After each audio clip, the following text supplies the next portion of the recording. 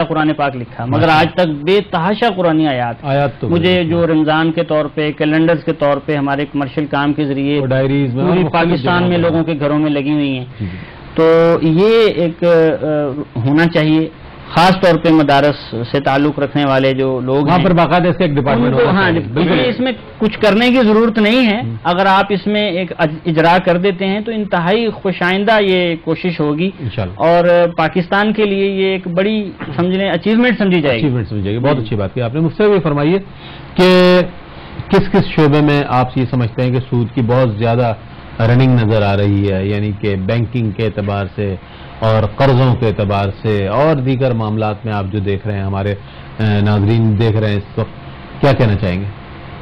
یعنی کہ جو کرنٹ اکاؤنٹ ہے اور پی ایل ایس ہے، سیونگز اکاؤنٹ ہے، تو کیا ان دونوں میں کیا پی ایل ایس بھی جو اکاؤنٹ ہے وہ بھی سودی نظام پر ہے، یا کرنٹ اکاؤنٹ کے حوالے سے کیا کہیں گے آپ؟ میں یہی بات آپ سے پچھلی جب میں ایک سوال کا جواب دے رہا تھا عرض کر رہا تھا کہ ہماری جو پورا پاکستان جو ہے نا، اس کے میں جو نظام ہے وہ ڈیپینڈنٹ ہی کس پر ہے؟ سود پر مبنی ہے. اس میں جو بینکس کا نظام ہے اور اس میں جو کرنٹ ہے، اس کو نکال کر جو سیونگ اکاؤنٹس ہیں وہ سود ہی ہیں، اس سے سود ہی کی ارننگ ہوتی ہے. اور وہ باقاعدہ کہتے بھی ہیں کہ اتنے % آپ کو انٹرسٹ ملے گا، اور اس کو اردو میں سود ہی کہتے ہیں، اردو اور فارسی میں، اور عربی میں ربا کہتے ہیں، اور انگلش میں انٹرسٹ کہتے ہیں. تو یہ سود ہی ہے. سیونگ اکاؤنٹ یا سیونگ سرٹیفکیٹ یا یہ جو بھی چیزیں جو بچت کے ساتھ اس طرح مل رہی ہیں جو خالی عوض منافع ہے، یہ سب سود ہی ہے. اور ہماری قوم پھنسی پڑی ہے اس کے اندر. سوائے یہ ہے کہ یہ پرائز بانڈ جو ہے یہ جائز ہے، کیونکہ پرائز بانڈ میں وہ جو پیسے ہم دیتے ہیں 1000 روپے کا اگر ہم نے پرائز بانڈ لیا تو 1000 روپے ہمارے باقی ہیں. بہت سارے شعبے آ جاتے ہیں، نیشنل سیونگز آ جاتا ہے، انشورنس ہے. انشورنس میں بھی ہم جو دو پہلو ہیں، ایک سود کا پہلو ہے، ایک قمار یعنی جوئے کا پہلو ہے. یعنی اگر وہ جب بھرنا چھوڑ دے گا بیچارہ تو اس کو جو ہے وہ پلنٹی لگے گی اور پھر اس کا پیسہ بھی ڈوبنے کا خطرہ ہے، تو وہ تو جوئے اور سود میں آ جائے گا. البتہ ابھی جو کچھ لوگوں نے اسلامک بینکنگ جو شروع کی ہے اس میں جواز کی صورتیں ہیں. اس کو ہم عربی میں تکافل کہتے ہیں، تکافل. تو تکافل جو ہے اس میں جو شرعی صورتیں جو حرام ہونے کی تھیں ان سب کو نکال کر ایک ایسی صورت بنائی گئی ہے انشورنس کی جو سب کے لیے قابل قبول بھی ہو اور شرعاً حرام ہونے سے محفوظ بھی ہو، یعنی جواز بھی ہو. ٹھیک، بہت شکریہ آپ کا. ناظرین، آج کراچی اور اس کے مضافات میں فقہ حنفیہ کے مطابق افطار کا وقت 7:19 ہے، جبکہ فقہ جعفریہ کے مطابق کراچی اور اس کے مضافات میں آج افطار کا وقت 7:32 ہے. آپ نے وقت نوٹ فرما لیا ہے. پروگرام میں شامل کر رہے ہیں نعت رسول مقبول صلی اللہ علیہ وآلہ وسلم. محمد فیصل حسن نقشبندی سے ملتمس ہوں کہ بارگاہ رسالت مآب صلی اللہ علیہ وآلہ وسلم میں ہدیہ عقیدت پیش کرنے کی سعادت حاصل کریں. یہ دل کی صدا ہے، دل کی صدا، یہ دل کی صدا ہے، دل کی صدا، ہر سانس پکارے صلی علی مقبول میرے رب، یہ دعا مقبول میرے رب، یہ دعا ہر سانس پکارے صلی علی، ہر سانس پکارے صلی علی. ہونٹوں پہ درود، آنکھوں میں نمی، دل آپ کی یاد میں کھویا ہو. ہونٹوں پہ درود، آنکھوں میں نمی، دل آپ کی یاد میں کھویا ہو. جس وقت مدینے جاؤ شاہ، جس وقت مدینے جاؤ شاہ، ہر سانس پکارے صلی علی، ہر سانس پکارے صلی علی. جسے ہم کہتے ہیں وہ حب نبی کا حاصل ہے، ایمان جسے ہم کہتے ہیں وہ حب نبی کا حاصل ہے، جب یاد ہو ان کی راہنما، جب یاد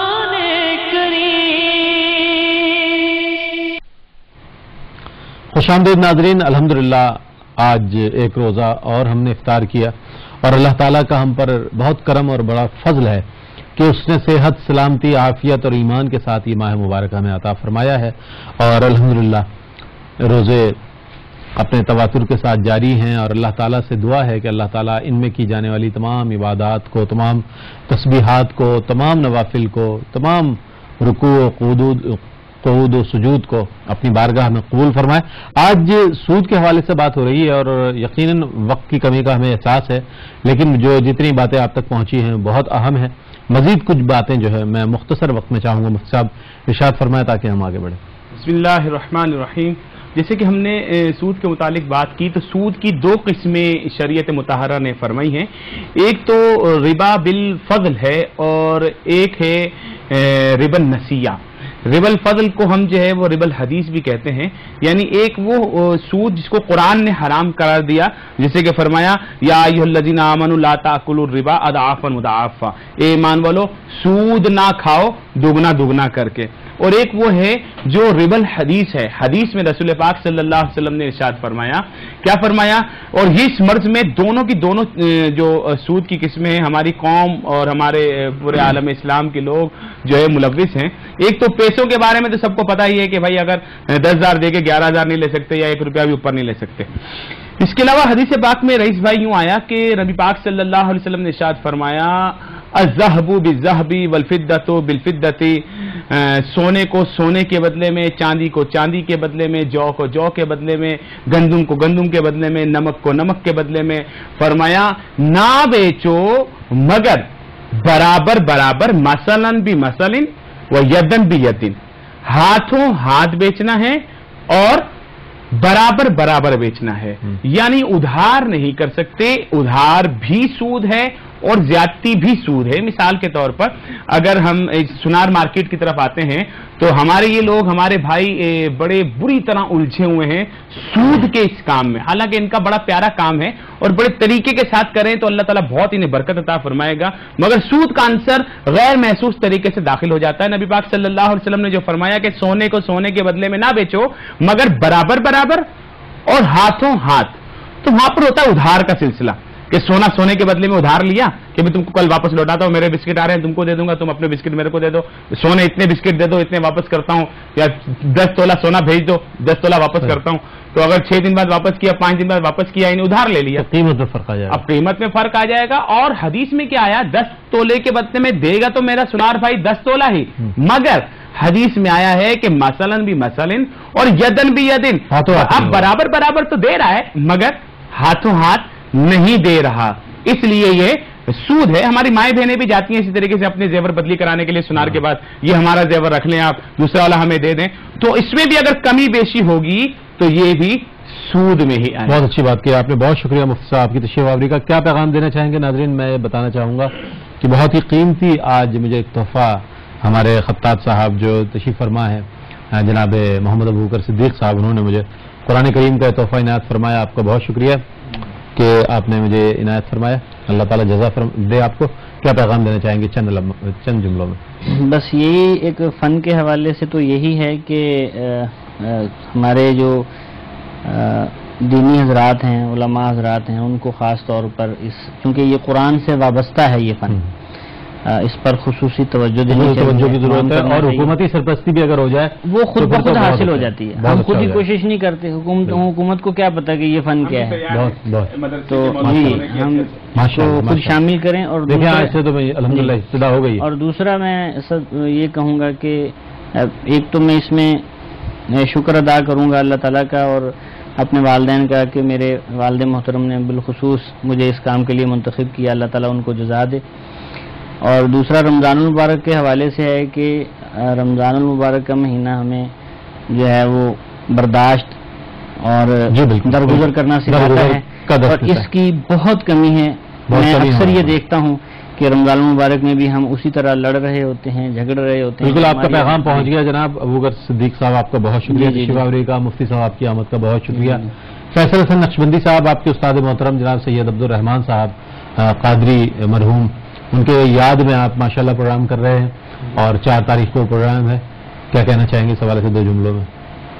عبید بھائی، سب سے پہلے تو میں شکریہ ادا کرتا ہوں کہ آپ نے موقع دیا میرے استاد گرامی کی، جن سے میں نے باقاعدہ طور پر نعت کی تربیت حاصل کی، اور آج اگر میں لب کشائی کی کچھ سعادت حاصل کر رہا ہوں تو یہ انہی کا فیض ہے،